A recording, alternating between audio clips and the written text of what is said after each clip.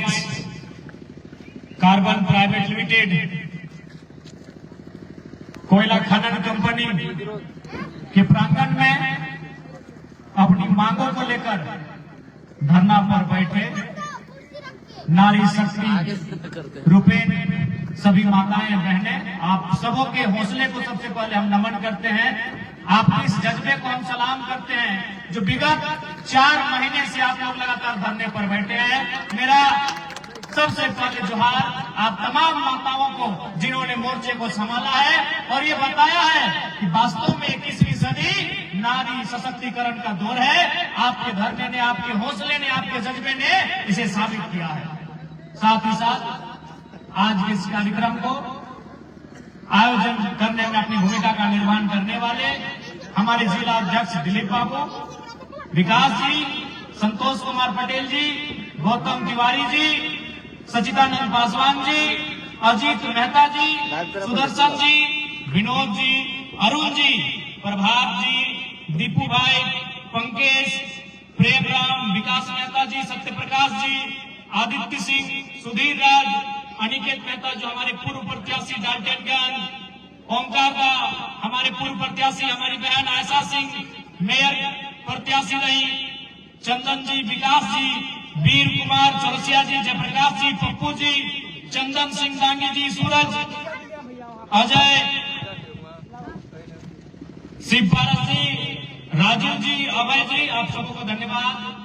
आप और साथ ही साथ आज आशुतोष तिवारी जी के नेतृत्व में हम राजनीतिक संगठन से बहुत सारे लोग, कुशान जी, तमाम लोग हमारे साथ जुड़ रहे हैं। उन सबों का तहे दिल से जलकन परिवार में अभिनंदन करते हैं, स्वागत करते हैं, आपका हार्दिक अभिनंदन करते हैं। साथ ही साथ लोकतंत्र के चौथे स्तंभ मीडिया के साथियों, क्योंकि जब जनता की आवाज दबाई जाती है, जब जनता जुल्म और शोषण का सामना करती है, तो ऐसी परिस्थितियों में लोकतंत्र के चौथे स्तंभ की भूमिका बहुत ज्यादा हो जाती है। अतः आज के इस कार्यक्रम में उपस्थित जितने भी मीडिया से संबंधित हमारे साथी हैं, आप सबों को मैं जोहार करता हूं। साथ ही साथ हम देख पा रहे हैं सुरक्षा के दृष्टिकोण से स्थानीय थाना प्रभारी के नेतृत्व में, उनके अधिकारियों के नेतृत्व में बहुत सारे झारखंड पुलिस के जवान, जेएफ के जवान इस कार्यक्रम स्थल में आए हैं। मैं उनका भी अभिवादन करता हूं, मैं उनका भी धन्यवाद देता हूं। और विशेषकर आज के इस कार्यक्रम में उपस्थित कुछ बहनें भी आई हैं, मैं उनका भी धन्यवाद देता हूं। और साथ ही जितने भी नौजवान साथियों, आप सबों को जोहार, आप सबों को नमस्कार। आज फेयर माइंस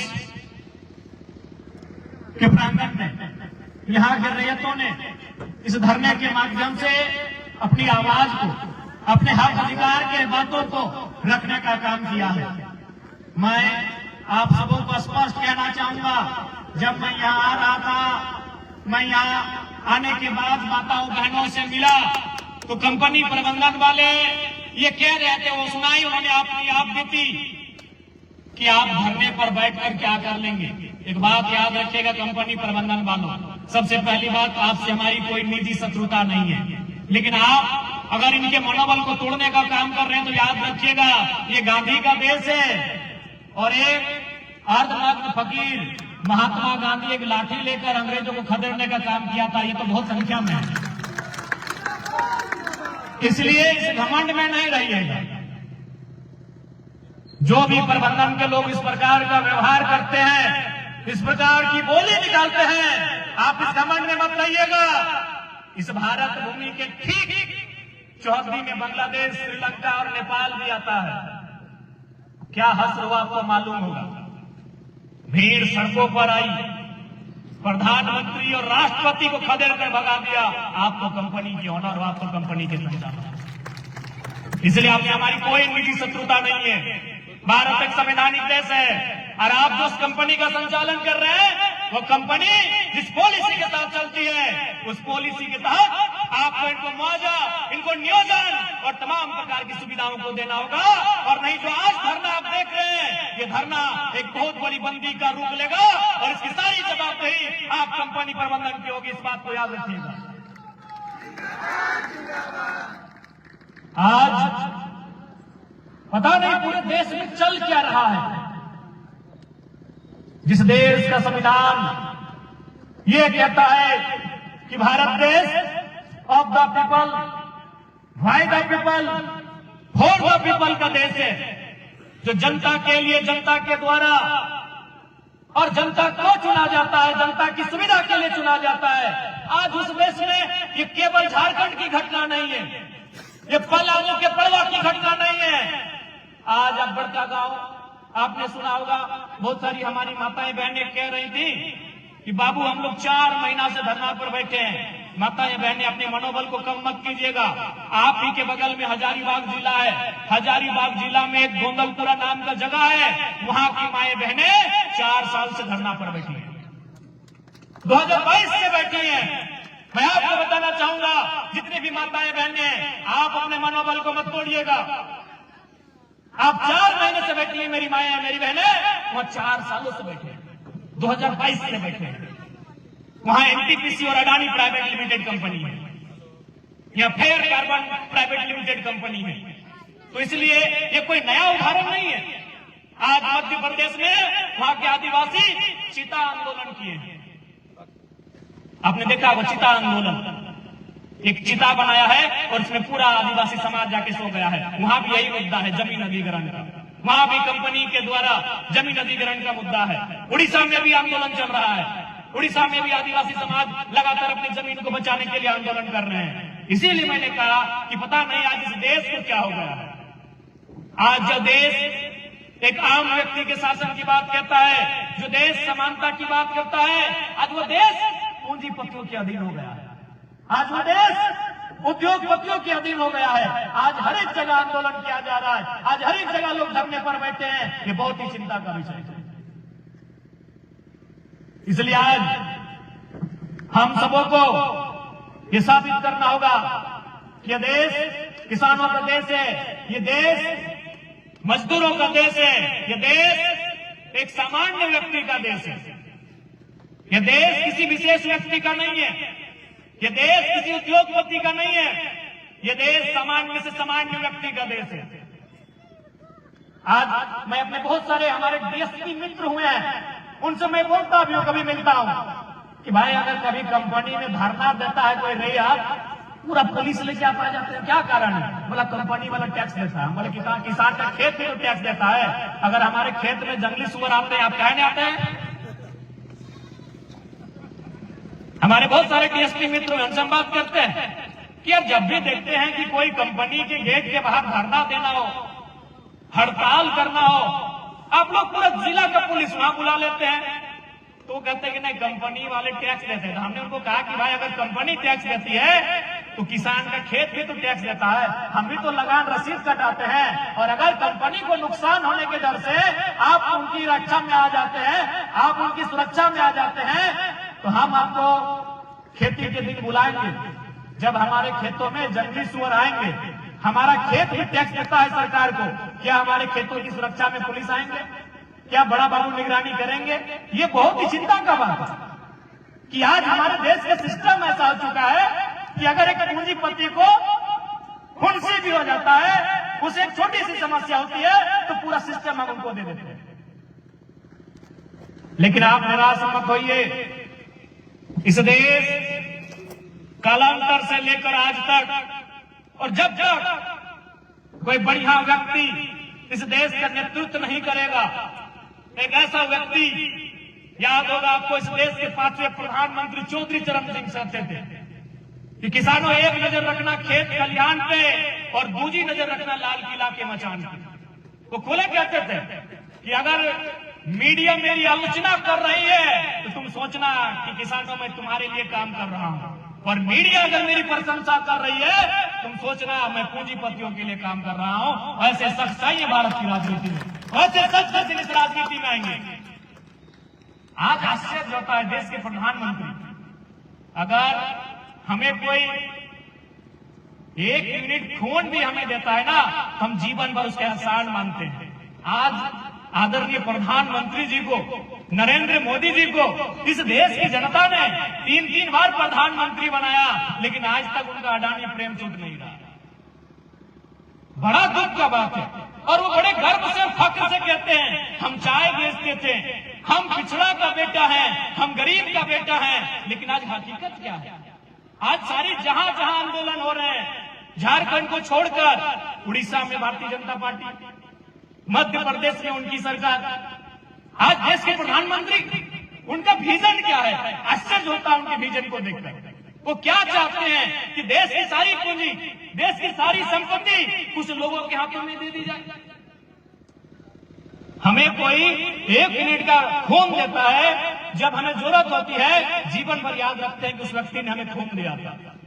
लेकिन आज प्रधानमंत्री जी को बहुमत के साथ 3 बार उनकी सरकार बनी, वो प्रधानमंत्री बने, और आज भी वो पूंजीपतियों के अधीन काम कर रहे हैं।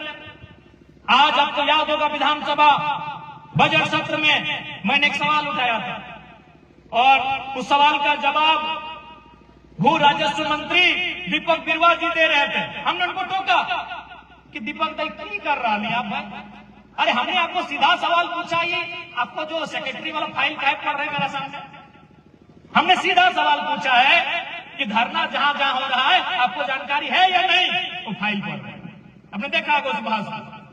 हमने यही सवाल किया था कि इस राज्य में भूमि अधिग्रहण के लेकर पूरे राज्य में व्यापक आंदोलन हो रहा है। उन आंदोलन में लोगों में असंतोष का भाव है, हिंसा की घटनाएं घट सकती है, तो आप इस पर क्या कर रहे हैं? मैंने सवाल किया था, चाहे वो बड़का गांव हो, मांडू हो, या आपका पलामू हो, या हमारा धनबाद हो, या कोल्हान हो। आज हर एक जगह रैयत अपनी जमीन को बचाने को लेकर, रैयत अपनी जमीन के अधिग्रहण को लेकर लगातार आंदोलन कर रहे हैं। लेकिन आज इस मंच के माध्यम से यहाँ के तमाम रैयतों को हम कहना चाहेंगे, यदि प्रबंधन आपकी बात को मानती है, आपकी बातों को सुनती है, तो उसका स्वागत है। नहीं तो आने वाले दिन यह आंदोलन को ग्रुप करने का काम करेगा, यह प्रबंधन को हम कहना चाहेंगे। और इस गुमान में मत रहिएगा। हम मानते हैं कि आज एक बड़ा फाइनेंस सभी कंपनियां पॉलिटिकल पार्टियों को करती है, ये सच्चाई है। इलेक्ट्रोल बॉन्ड के माध्यम से पूरे हिंदुस्तान को पता चला कि टाटा हो, बिरला हो, अडानी ग्रुप्स हो, बाकायदा कोई भी छोटी से छोटी कंपनियां एक पॉलिटिकल पार्टी को कितना चंदा देती हैं। हम जानते हैं, हम मानते हैं कि तमाम कंपनियां, प्राइवेट कंपनियां, सरकार की पार्टी हो या विपक्ष की पार्टी हो, सबको चंदा देने का काम करते हैं। इसलिए इनको ये लगता है कि रैयतों के आंदोलन को दबाया जा सकता है। लेकिन याद रखिएगा, जब जुल्म बढ़ जाता है, जब अन्याय बढ़ जाता है, तो याद रखिएगा नेपाल के जैसे लोग सड़कों पर आएंगे, और जब वो प्रधानमंत्री को नहीं गिनते हैं तो फिर आपको भी नहीं गिनेंगे। इस बात को याद रखिएगा। आपसे हमारी कोई शत्रुता नहीं है, न आपको हम जानते हैं, न आप हमें जानते हैं। लेकिन इस बात को हम आपको कहना चाहेंगे, जो पॉलिसियां हैं, जिस पॉलिसी के तहत कंपनी एक्ट के तहत हो या आरआर पॉलिसी के तहत, जो भूमि अधिग्रहण अधिनियम 2013 का कानून है, उस कानून के तहत आपको यहाँ के रैयतों को, और बड़ा दुर्भाग्य की बात है, आपकी कंपनी का नाम फेयर है और काम आप अनफेयर कर रहे हैं। हमें लगता है आप पक्का मोदी जी से ये सीखे हैं। गौ माता को बचाने की बात करते हैं और गौ मांस बेचने वाली कंपनी से 250 करोड़ का चंदा लेते हैं। वही हाल आप कर रहे हैं। कंपनी का नाम है फेयर और काम आप अनफेयर कर रहे हैं। बड़ा दुर्भाग्य की बात है, बहुत ही दुर्भाग्य की बात है। इस प्रश्न में जो इनकी मांगे हैं, जो इनकी बिंदुएं हैं, एक एक करके उन पर चर्चा करिए।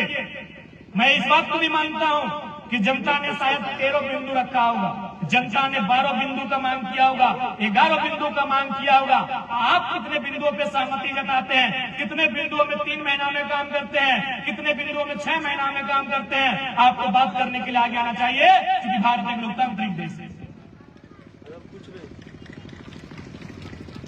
आपको बात करने के लिए आना चाहिए। इनकी मांगे क्या है आपको सुनना चाहिए। इन्होंने जो जो मांग किया है आपसे, आप एक टीम बनाइए, इनसे भी एक टीम का डिमांड करिए। और जो जिला प्रशासन है, पलामू जिला प्रशासन, चाहे डीसी यहाँ के नेतृत्व करे, एसडीओ के नेतृत्व में हो, या किसी प्रशासन या पुलिस के अधिकारी के नेतृत्व में मध्यस्थता में एक डिस्कशन हो, एक मीटिंग हो, और उस मीटिंग के माध्यम से इन समस्याओं का समाधान करने की दिशा में आगे बढ़िए। वरना आप जो सोच रहे हैं लाठी के दम पर, ये पुलिस प्रशासन हमेशा आपके पक्ष में नहीं रहेगी। मैं मानता हूं कि सरकार को आपने चंदा दिया होगा और पुलिस सरकार के अधीन होती है, सरकार के डायरेक्शन में काम करती है, लेकिन इसका मतलब ये नहीं है ये जो पुलिसकर्मी है ये भी हमारे गांव घरों से गए हुए पुलिसकर्मी हैं।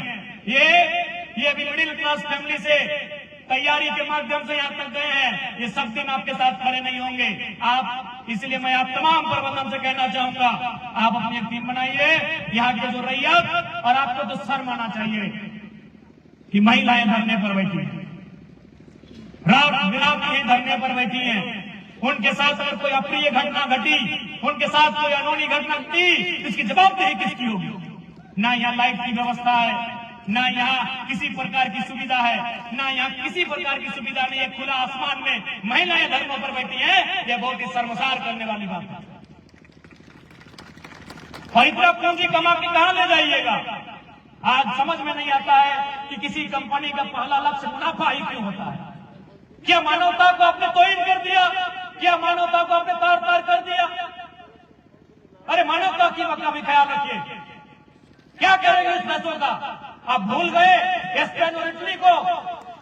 लोग सड़कों पर थे, स्पेन और इटली में लोग सड़कों पर थे और करोड़ों रुपए उन्होंने सड़कों पर फेंकने का काम किया और कहा कि जो पैसा कोरोना से हमें नहीं बचा सकता वो पैसा किसका? ये पैसा एक धूल बन जाएगा, इसलिए इस गुमान में मत रहिएगा। मुनाफा से ऊपर मानवता होता है, मानवता की बात कीजिए। और सबसे पहला मानवता तो ये होना चाहिए कि महिलाएं धरने पर बैठी। मुनाफा ही सब कुछ नहीं होता। अगर मुनाफा सब कुछ होता तो सिकंदर ये नहीं कहता कि जब मेरा जनाजा जाए तो मेरे दोनों हाथ को लेकर देना, मैंने जितना जमा पूंजी कमाया है वो मेरे जनाजे के पीछे बिछा देना, और जो लोग मुझे कांधा देंगे वो कोई मामूली आदमी नहीं होगा, वो सभी के सभी मेरे सेनापति होंगे, मेरे महामंत्री होंगे। क्यों कहा था उन्होंने ऐसा? इसलिए कहा था कि दुनिया पे संदेश जाना चाहिए कि जब मेरा जनाजा जाए, ये विश्व को जीतने वाला सिकंदर, आज भी हम लोग कहते हैं जो जीता वो सिकंदर, लेकिन आप शायद नहीं जानते सिकंदर कौन था। सिकंदर एक बहुत बड़ा सम्राट था जिसने पूरी दुनिया को जीतने का लक्ष्य बनाया था। और जब अंतिम समय, निकट समय सामने था, सिकंदर ने अपने लोगों को बुलाकर 3 चीज का डिमांड किया कि जब मैं मर जाऊं तो पहला काम करना, जब मेरा जनाजा जाए तो दोनों हाथ मेरा बाहर बुला देना। बोला सर इसका मतलब क्या होता है? नहीं, इसका मतलब होता है दुनिया को जीतने वाला सिकंदर खाली हाथ लौट कर वापस जा रहा है। दूसरा काम यह करना कि मुझे कोई मामूली आदमी कंधा नहीं देगा। जितने भी लोग मुझे कंधा देंगे वो कम से कम महामंत्री या सेनापति जैसे लोग होंगे। बोला सर इसका मतलब क्या होता है? नहीं, इसका मतलब ये होता है जिस सिकंदर की सेना में एक से बड़े एक तुर्रम खान थे, जिस सिकंदर की सेना में एक से बड़े एक धुरंधर थे, वो लोग भी मृत्यु को टाल नहीं सके। तो आपकी सेना में कौन है? डीएसपी साहब है क्या? कौन है आपकी सेना में? बड़ा बाबू है, जिला के डीसी है, जिला के एसपी है, या स्वयं मुख्यमंत्री है? कौन है आपकी सेना में? मृत्यु जब आएगी कोई नहीं टाल पाएगा। और ना ये काले काले नए देखे वर्दी वाले, कौन बहाली है भाई? ये कोबरा कमांडर कौन है? अच्छा, कंपनी से स्पेशल बहाली है। भैया लोग, मृत्यु को आप भी नहीं टाल पाए, इसलिए गलत मत कीजिए। कंपनी आपको तनख्वाह देती अच्छी बात है, जनता के से ज्यादा मत कीजिएगा। और तीसरा जो सबसे इंपॉर्टेंट सिकंदर ने कहा था कि मैंने जितना धन दौलत कमाया है, मैंने जितना रुपया सोना चांदी कमाया, उस समय पैसा नहीं था, ये नोट नहीं होता था 500 2000 का, उस समय जेवरात होते थे। मैंने जितना कमाया है वो मेरे जनाजा जैसे जैसे जाएगा वो बिछाते जाएगा। बोला सर इसका मतलब क्या होता है? नहीं, इसका मतलब ये होता है कि जब वक्त एक ऐसा आता है कि धन धूल बन जाता है। इसलिए मैं कंपनी प्रबंधन, देखिए आपसे हमारी कोई शत्रुता नहीं, न मैं आपको जानता हूं और न आपके पदाधिकारियों को जानता हूं, लेकिन मैं आपसे स्पष्ट कहना चाहूंगा, धरना 4 महीनों से चल रहा है। महिलाएं हैं, खुले आसमान में धरना दे रही है, इनके साथ कुछ अप्रिय घटना घट सकती है। इसलिए आप मुनाफा तो आप जिंदगी भर कमाएंगे, लाखों नहीं करोड़ों रुपए कमाएंगे, लेकिन मानवता का तौहीन नहीं करें, मानवता का तौहीन नहीं करें। इनकी मांग क्या है? नहीं है, मैंने कहा कि इनकी सारी मांगों को आपको मानना है। इन्होंने मांग जो पत्र दिया है, आप अपनी एक टीम बनाए, इनसे भी एक टीम मांगे कि आप 7 लोग 9 लोग 5 लोग जो पढ़े लिखे जानकार लोग हैं, जो आरआर पॉलिसी को जानते हैं, जो लैंड एक्विजिशन एक्ट को समझते हैं, वो आए, बैठ के बात करें। जब आपने एग्रीमेंट, जब इस कंपनी का स्थापना किया होगा, आपने एग्रीमेंट किया होगा, उस एग्रीमेंट को सामने रखें, उस एग्रीमेंट पे चर्चा करें। नहीं होता है तो तमाम पुलिस के, प्रशासन के अधिकारियों को मध्यस्थता के लिए रखें और एक मीटिंग बुलाकर इस समस्या का समाधान करें। नहीं तो याद रखिएगा, समय समय समय किसी को नहीं पहचानता। बिल्कुल एक बात याद रखिएगा, अगर समय अच्छा हो तो इतराइएगा मत, और समय खराब हो तो घबराइएगा मत। समय समय की बात होती है। आज इस देश में जितने भी महापुरुष में, गांधी, सरदार पटेल, भगत सिंह, नेताजी, बोस, सबकी लड़ाई कंपनी से ही थी।